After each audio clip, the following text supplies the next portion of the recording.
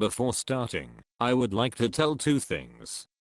This tutorial is for Oho users. Anyone using Roblox Studio Script Editor for their projects should watch the video I added to video cards. This tutorial will not explain the fork as detailed as the video for Roblox Studio. Only the setup process will be shown. You should also watch the other video if you want to know all details. First, you need to clone the repo. You can also download it as a zip file if you want. I will assume that you know how, so let's move on. When you clone the repo, it will look like this.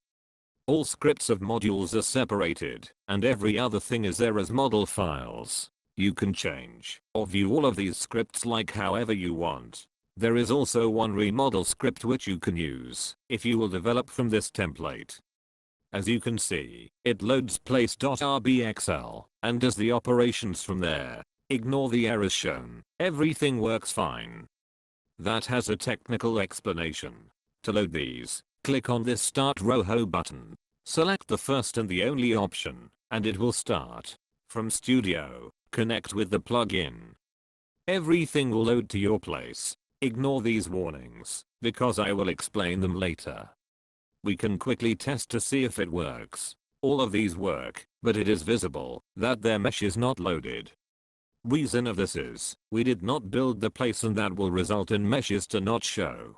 The place you need to use for meshes is here, because I already built this when releasing. However, if you want to build it yourself later, here is how. You can open the command panel in Visual Studio Code and search for build with project file.